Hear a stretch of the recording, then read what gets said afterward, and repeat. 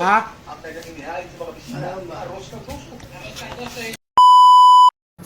Magandang buhay, magandang araw mga katalbog. Ito, gumagayak nga ako ngayon dahil luluwas ako ng Manila. Siguro mga 2 weeks, 3 weeks o yun. Dahil kailangan kong mag-drive sa aking father.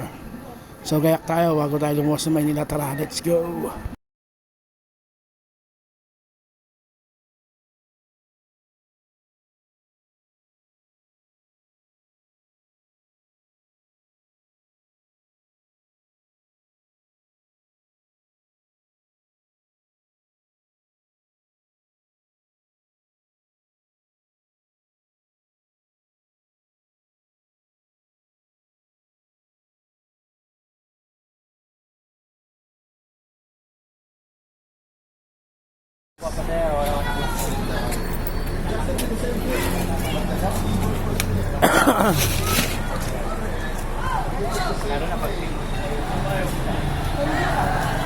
Also, I live just too strong.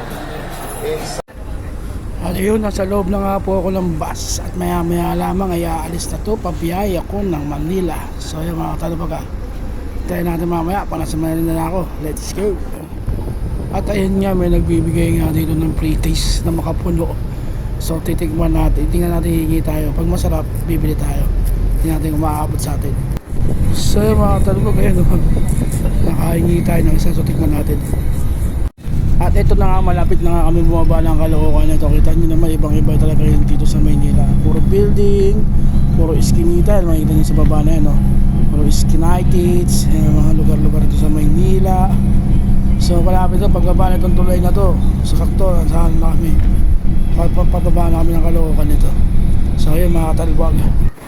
At ito na nga, nandito na kami sa bus stop dito sa may Grace Park. So bababa na po ako at ako'y mag-taxi na papuntang balik-balik. So yun mga katalbog, nakala ko naka-play yung video, hindi nakita. Pero ito yun, punuto kanina. Ito, pagdating ko dito sa Maynila, nalobat ako, hindi ko na nakuha ng video. Dumiretso ako ng Altura sa may tulay. Ayan, ito yung napaka-solid na kikiam squid ball na may sweet and sour na homemade na sauce nila. Punong-puno ito. Kasi aking kaling ko, kasi akala ko naka-play na yung video, di ba pala? Yung adobong kayo na ito. Adobong tayo.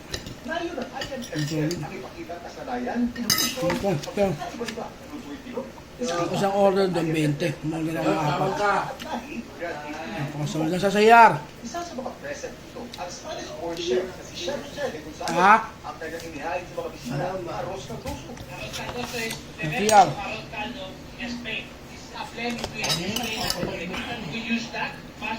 Tumaim.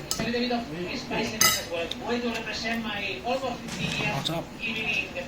So ito, kailangan ko yung mangking ko. Gusto niya ito eh. Kaya yung puntahan ko. Pag babayan kayo ng Altura, sa gilid lang siya, maraming kapila. Yung mabibili.